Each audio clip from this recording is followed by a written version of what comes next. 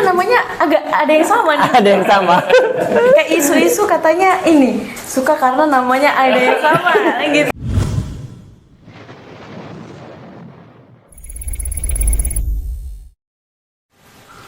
Sikat Bogor, Siniar Ikatek Bogor. Welcome back di part kedua podcastnya Ikatek Bogor. Hari ini saya bakal ngebahas banyak, ataupun kami bakal ngebahas banyak tentang Ikatek. Apa itu Ikatek dan segala macam. Tentunya saya akan ditemani oleh Saya Dina. Oke. Oh ya Din, kita hari ini ada siapa nih? Pastinya ada orang yang hebat ya. Sebagai alumni Politeknik ATK. Siapa tuh? Sekarang kita udah di tengah-tengah dari Pak Widarto. Apa kabar Pak Widarto? Baik Mas, mudah-mudahan Masnya juga baik-baik saja ya. Iya. Gimana nih Pak kabarnya sekarang nih, terus terkait kesibukannya sekarang? Baik, kesibukan sekarang ya namanya saya masih karyawan ya, karyawan swasta ya. Tiap pagi berangkat kerja, kemudian sore juga pulang.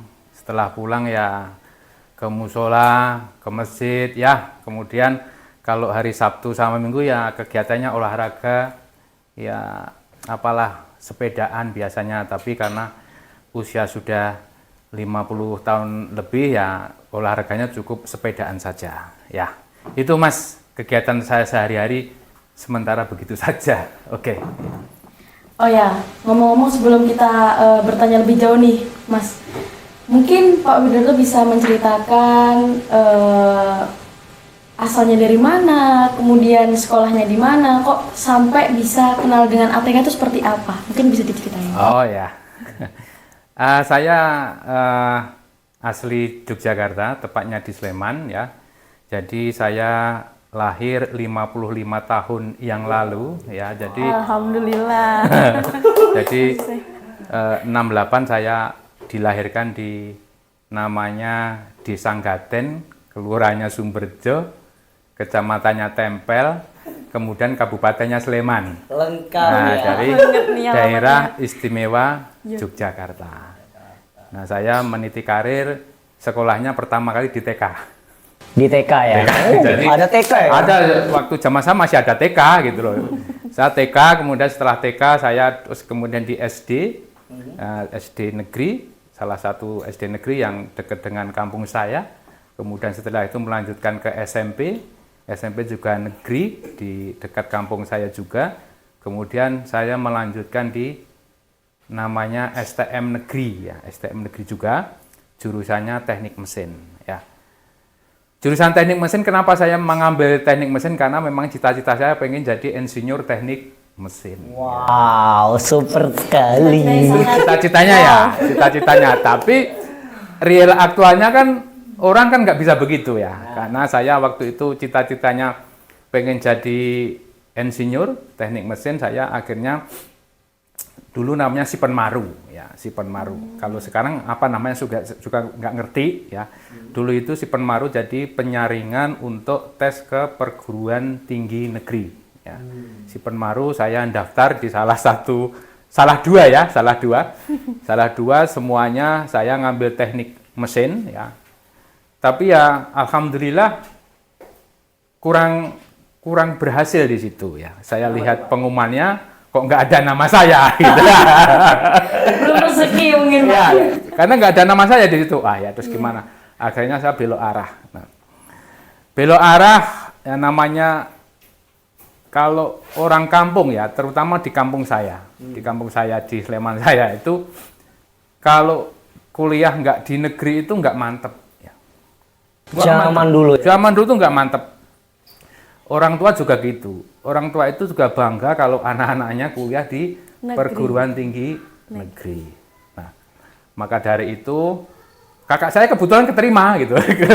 Kakak saya keterima di salah satu perguruan tinggi negeri di Jogja keterima, tapi kok saya kurang beruntung ya. Kemudian saya ya sudah pulang saja, dilalai Mas. sepeda motor saya gembos. Sepeda motor gembos. Nah, akhirnya gembos saya nambal ban di pinggir jalan ya. Sambil melamun ya, ini kenapa nggak diterima padahal kok teman-teman saya banyak yang diterima di sana ya gitu loh. Akhirnya di tengah nunggu ban yang ditambal, nah itu saya ngelirik di atas saya, kok ada seperti papan nama. Papan namanya tulisannya Akademi Teknologi Kulit Yogyakarta, Kementerian Perindustrian. Wah, ini, nah ternyata di situ juga lagi buka pendaftaran. Nah, Itu nggak sengaja banget. nggak sengaja, nggak sengaja di situ. Ya, tapi itu waktu itu masih di Jalan Pangeran Diponegoro 101. Nah, Sampai hafal. sampai apa itu? Karena di depan kampus itu ada tambal ban, kemudian ada bakso. Ya. Akhirnya saya ya sudahlah, akhirnya masuk di akademi itu, tanya-tanya bagaimana seleksinya, akhirnya daftar seleksi ya, alhamdulillah ya, saya akhirnya masuk di Politeknik ATK. Dan saya bangga sama orang tua kan, ini lo negeri gitu. Negeri pun saya bisa ternyata di Politeknik ATK. Nah, itu bagaimana saya kok kenal ATK sampai saat ini. Dan itu juga memang kayaknya passion saya memang di ATK ini. Kenapa yang dulu saya cita-cita pengen jadi teknik mesin, insinyur teknik mesin, yang gambarnya pakai penggaris-penggaris. Tapi kalau ATK kan enggak. Gambarnya kan kanan desain kan nggak boleh pakai penggaris kan, harus tidak boleh penggaris. Kalau desain sepatu kan nggak boleh waktu itu. Ya sudah, akhirnya saya masuk di ATK itu, komitmen, semangat, akhirnya jadilah seperti sekarang ini. Alhamdulillah. Oh ya, ngomong-ngomong nih Pak, dulu kan banyak sekali nih, yang kalau sampai sekarang tuh kan ada 3 program studi. Kalau zamannya Bapak dan Bapak sendiri itu ada berapa program studi dan Bapak sendiri mengambil jurusan apa? Mungkin seperti itu. Sama masih 3 ya. Dulu namanya, zaman saya dulu itu namanya nomor 1 jurusan bahan. Kemudian yang kedua jurusan penyamaan. Kemudian yang ketiga jurusan barang jadi. Ya. Mungkin sekarang barang jadi itu TPPK. Kalau penyamaan TPK. Kalau bahan mungkin TPKP. Nah itu jadi dulu juga ada 3, sekarang juga ada 3. Cuma dulu satu nggak terlalu banyak seperti sekarang ya. Dulu paling mahasiswanya itu total nggak nyampe 100 ya. Ada 3 kelas, ada 3 jurusan. Begitu. Tapi menurut Bapak nih, keadaan yang dulu sama yang sekarang ada bedanya kah atau malah lebih baik kah atau bagaimana nih dari masa Bapak terus Bapak yang ATK yang sekarang tahu ATK yang sekarang? Kalau yang zaman dulu sampai sekarang pasti ya, karena saya kebetulan jurusannya barang jadi ya, TPPKP.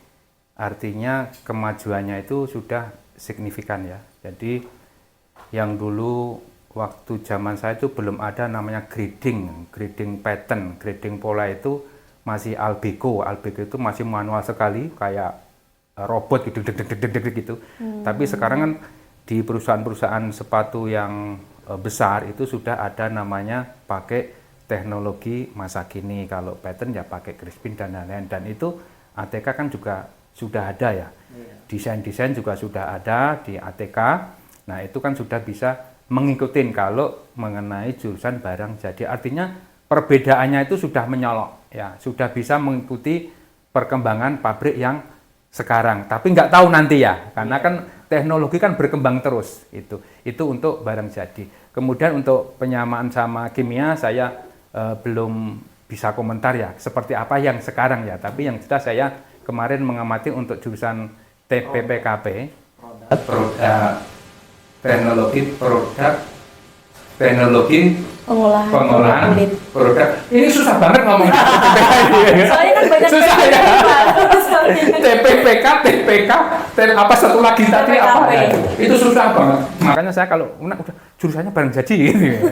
Nah, jadi begitu. Iya. Udah ada pergerakan signifikan. Nah, mudah-mudahan yang penyamaan kalau saya lihat-lihat juga ada pergerakan, tapi yang teknologi yang terkini untuk pabrik penyamaan saya kan juga belum mengikuti benar di pabrik-pabrik penyamaan. Mungkin yang jurusan penyamaan, kalau kimia, jurus kimia mungkin akan mengerti. Tapi kalau jurusan barang jadi, TPKP.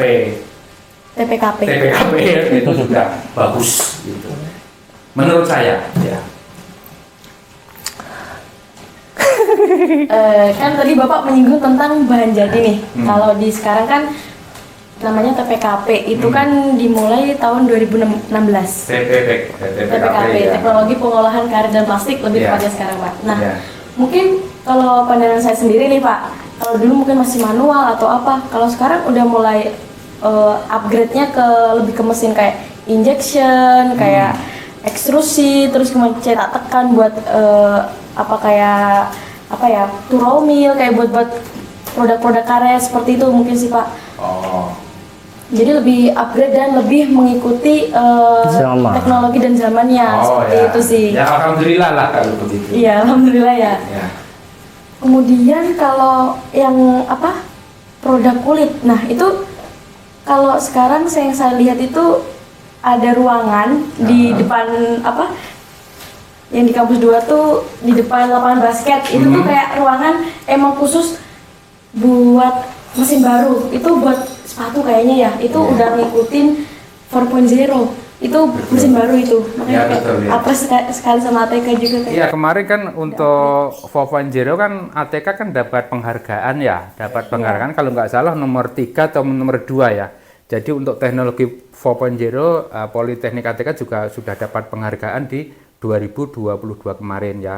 Apa penghargaannya itu ya? Karena ATK sudah bisa mengikuti dengan teknologi yang ada di perusahaan-perusahaan sepatu saat ini, khususnya ya, gitu. Jadi udah dapat piagam gitu, ya. Pak, ini terkait kuliah nih ya. Gimana ceritanya Bapak bisa kuliah di ATK? Terus tadi kan Bapak udah jawab, tapi terkait kuliah Bapak tuh ngapain aja sih? Kan tadi bedanya kata Bapak ada perbedaan yang lebih baik kan. Tapi kegiatannya tuh ngapain? Atau Bapak berorganisasi juga di situ? Atau ada organisasi atau enggak? Kan itu kita pengen tahu nih. Oke. Jadi kalau kuliahnya di Poltek ATK itu sebenarnya menurut saya kan menyenangkan ya.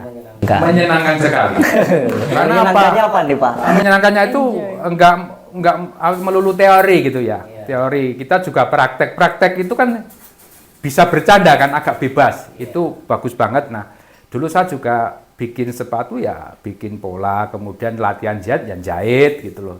Tapi dulu jahit kan bukan seperti sekarang yang pakai listrik ya. Dulu kan pakai kaki gitu. Iya. Pakai kaki diengkol sendiri, itu jahit, yang jahit sepatu, jahit tas, kemudian jahit jaket, ya itu.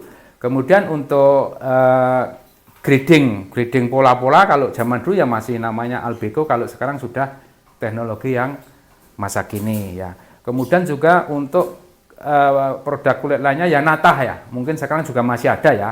Nah, jadi natah bikin wayang ya. Kalau dulu bikin wayang, saya juga pernah itu bikin wayang. Ada salah satu dosen ya, jadi mempelajari tentang bagaimana bikin kerajinan dari kulit ya, dari kulit mentah ditata jadi kerajinan kulit. Nah, saya itu juga dulu ngikutin ya. Jadi agak balance ya, kita bosen di teori, akhirnya kita masuk di praktek. Nah, sebenarnya hiburan saja tuh di praktek itu, daripada di ruang kelas terlalu pusing, mendingan praktek itu luar biasa. Menurut saya itu menyenangkan sekali waktu itu ya. Dan sekarang pun juga seperti itu kan? Gitu, ya. Terus terkait Bapak kuliah, kalau organisasi tadi gimana Pak? Organisasi ya.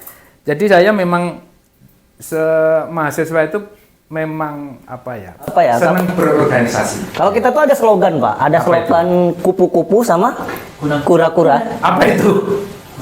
Kuliah rapat. Nah, kuliah rapat.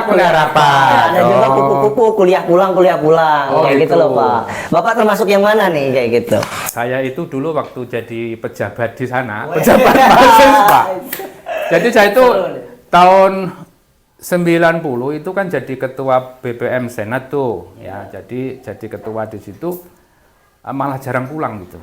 Jadi akhirnya kadang-kadang saya tidurnya di kampus gitu sama teman-teman saya. Yuk bikin program apa? Tidurnya di kampus gitu. Jadi ya namanya suka ya, suka jadi kuliah juga, kegiatan organisasi juga. Nah itu jadi. Ya lumayan lah, jadi bekal untuk berorganisasi yang dulu di mahasiswa itu dipraktekkan di pekerjaan, jadi bisa membantu ya, membantu bagaimana bikin organisasi yang bagus, kemudian mengatur timnya bagaimana caranya. Nah itu bisa membantu banyak kalau kita berorganisasi di kemahasiswaan itu. Nah, terkait anak muda masa kini nih Pak, kayak gitu kan namanya kuliah. Tadi saya tahu sebelumnya kan saya pasti cari tahu background siapa orang yang bakal berbincang sama saya. Kabarnya Bapak dapat istri juga dari ATK. Iya, benar itu. Ya, itu gimana tuh ceritanya dari mungkin ibaratnya tuh cinta monyet kah gimana? Itu Cinta lokasi kan. Itu tadi yang apa itu kerja rapat tadi. Nah, itu pura-pura ya Pak. Pura-pura.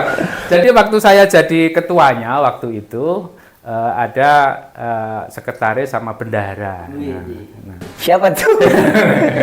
Nah, sering rapat ya, kadang rapat sampai malam, kemudian juga karena saya merasa tanggung jawab sebagai ketua kan, ya bendaharanya saya antar gitu loh. Nah, karena saya antar terus itu ya mungkin cocok ya.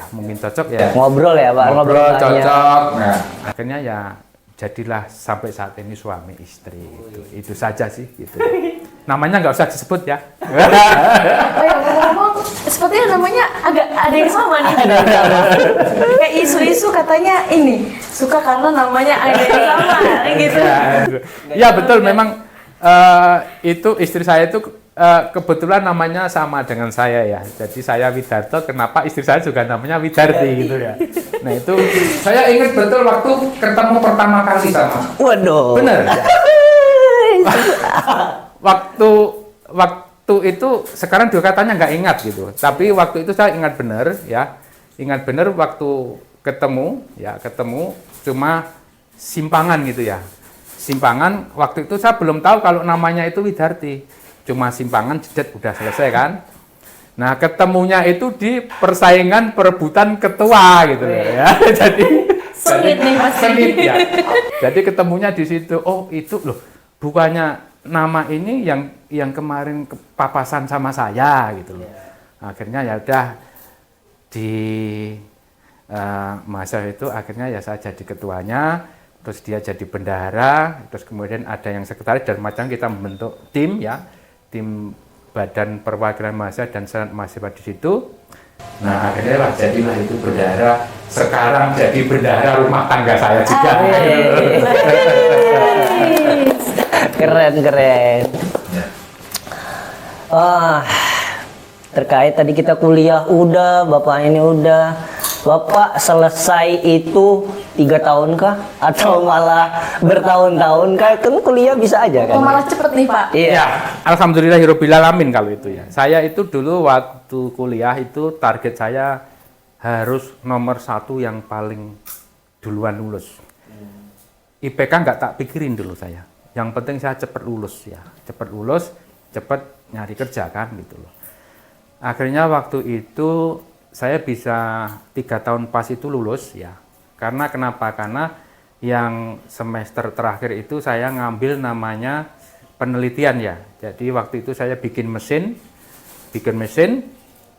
akhirnya selesai mesin itu, ya namanya dulu sidang, berbarengan, SKS-nya selesai semua, sidangnya selesai, akhirnya pas saya di angkatan 88 jadi orang yang pertama lulus ya.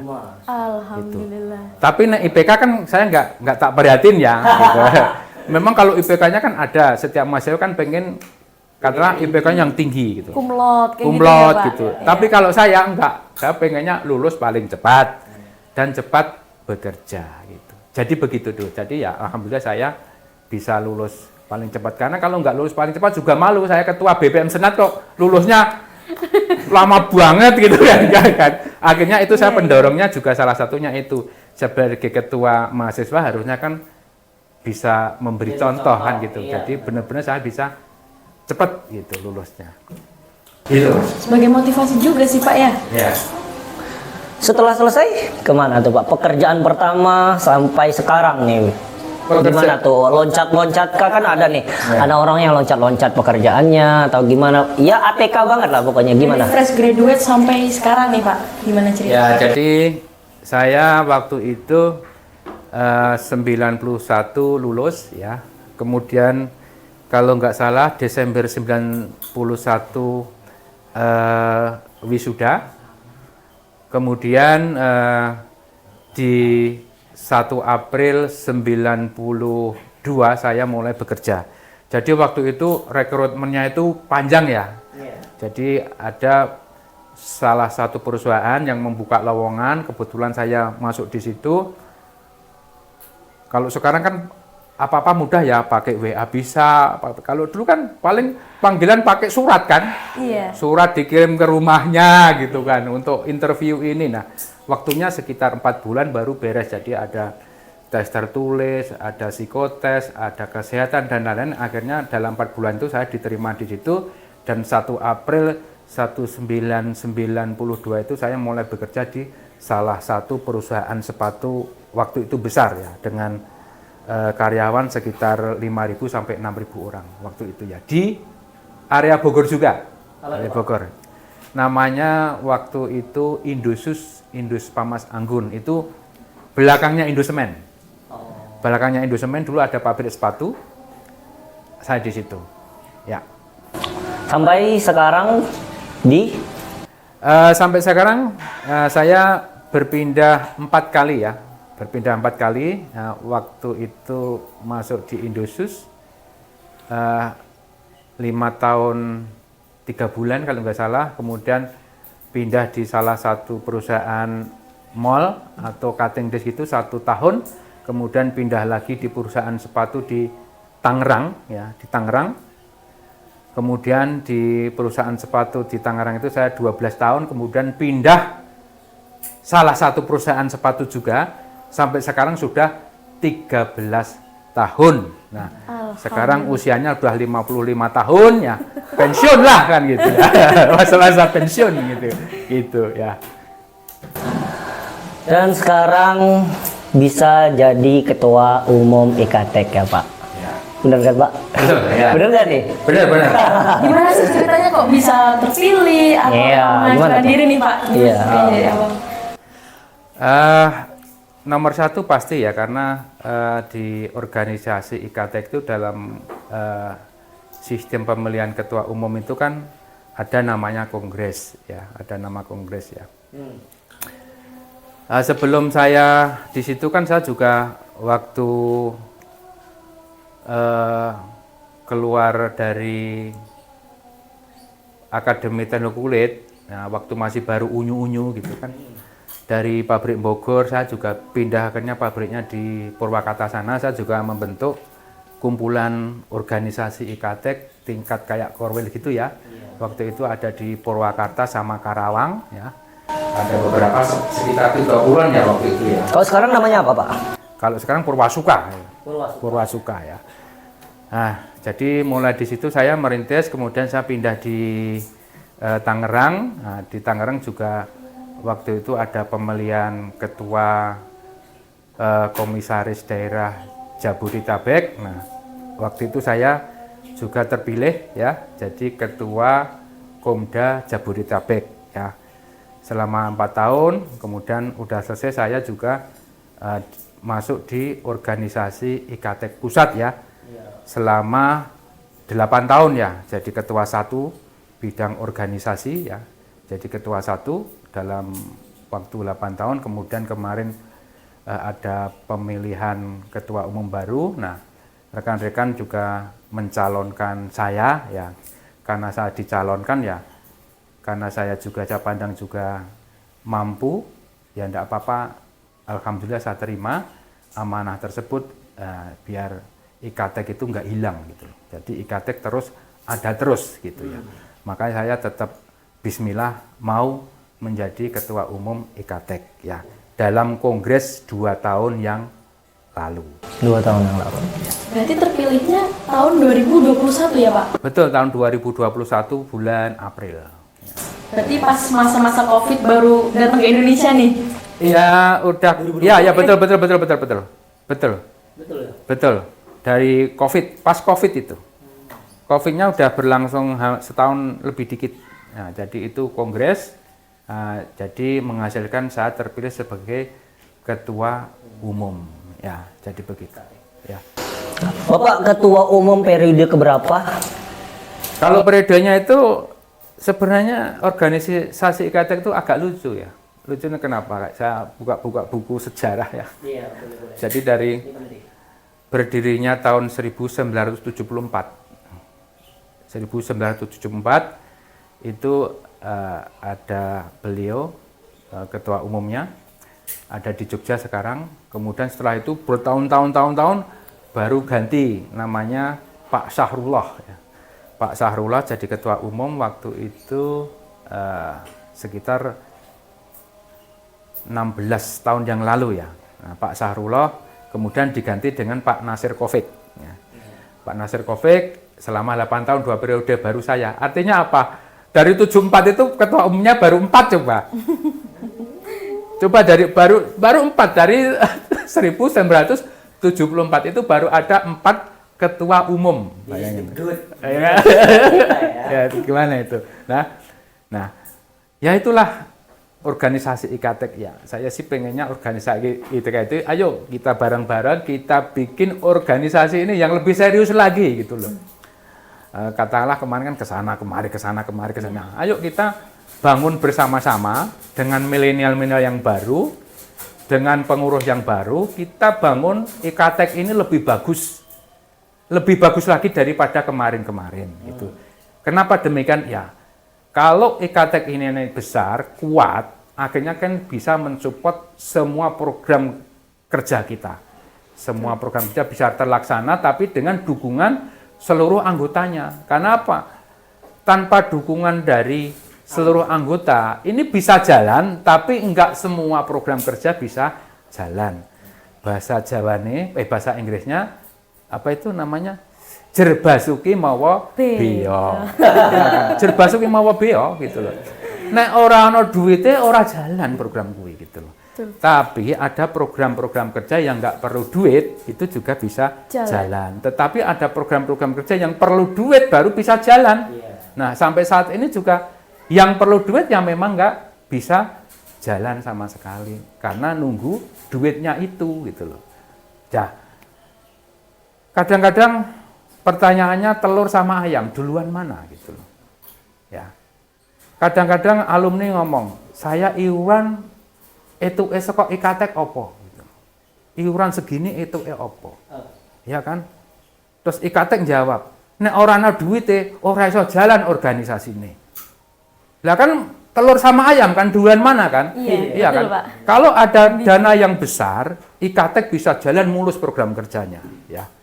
Itu bisa juga untuk alumni juga kan? Tetapi sebagian alumni terbalik. Saya bisa iuran ini, aku dapat opo kan gitu. Termasuk acara ini. Iya kan itu. Kita butuh sponsor. Sponsor itu. Nah, iya, itu kan makanya bener. harus ada dana. Nah, iya dong.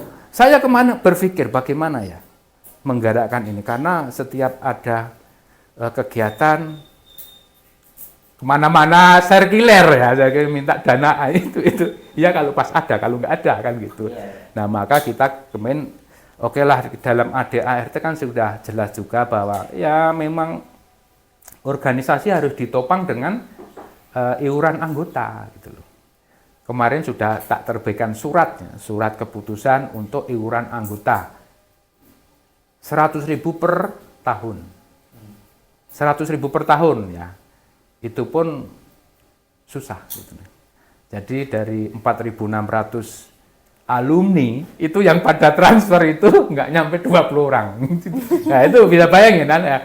Padahal itu kan maksud kita nih, kalau 4.600 alumni lebih, katakanlah yang aktif, karena kan sebagian alumni itu juga nomor 1. Dia juga kesulitan ekonomi juga ada loh, banyak loh. Walaupun notabene bekerja. Iya, bekerja, punya anak 3 misalnya, punya istri 1, penghasilannya juga pas-pasan. Dia pasti akan mendahulukan keluarga dulu. Ya. Keluarga dulu beres, baru ke organisasi. Nah, tapi dari 4.600 misalnya, ada nggak yang misalnya sudah legan 1.000 saja misalnya? Nggak usah semua 1.000. Kalau 1.000 orang katakanlah ada gitu ya. Setiap tahun 100.000 itu sudah tak hitung-hitung udah 100 juta. 100 juta untuk operasional kegiatan organisasi IKT. Setahun, nah itu kan bisa. Contoh yang program kerja yang nggak bisa jalan. Ya. Kita mau bikin IKT yang profesional, mau bikin lomba desain katakanlah. Lomba desain kan kudu ono juarane kan. Juarane ki harus ada sesuatu kan. Hadiah lah ya, hadiah Pak. lah. Ya. Saya kalau lihat di Surabaya pada ngadain lomba di kementerian juga ngadain lomba, paling ya ada nomor 1 10 juta, 5 juta, 7 juta gitu kan gitu. Nah, IKT mau ngadain bagaimana? Duitnya orang ono gitu loh. Nah, pasti akan begitu gitu. Tapi kalau ini nanti ada dana yang masuk, program-programnya itu pasti bisa jalan semua. Saya sebagai ketua umum kemarin sudah ada 61 program kerja. Ya, ada 61 poin program kerja. Dan itu sudah saya jabarkan, masing-masing ada di kesekretariatan, kemudian ada yang di ketua bidang wirausaha, kemudian ada yang di ketua bidang sosial, kemudian ada yang di ketua bidang kerjasama alma mater, kemudian juga ada yang di bidang organisasi. Nah, itu sudah kita share ke semuanya. Dari 61 itu, kemarin saya cek yang jalan baru sekitar 60% saja. Yang 40%-nya belum bisa jalan, terkendala satu yaitu tadi mengenai dana, yang kedua juga mengenai SDM. Organisasi IKT itu susah gampang nyari SDM. Ya. SDM-nya susah. Ya. Kadang-kadang SDM ada yang pengen jadi masuk di organisasi IKT, tapi dia terlalu sibuk. Akhirnya setelah masuk ya nggak bisa ngerjain apa-apa gitu loh. Kenapa? Karena dia sibuk dengan pekerjaannya. Jadi itu kendala-kendala yang kita hadapi sampai saat ini. Tapi kita sebagai pengurus IKT nggak boleh pesimis. Ya. Tetap harus optimis, suatu saat nanti pasti bisa.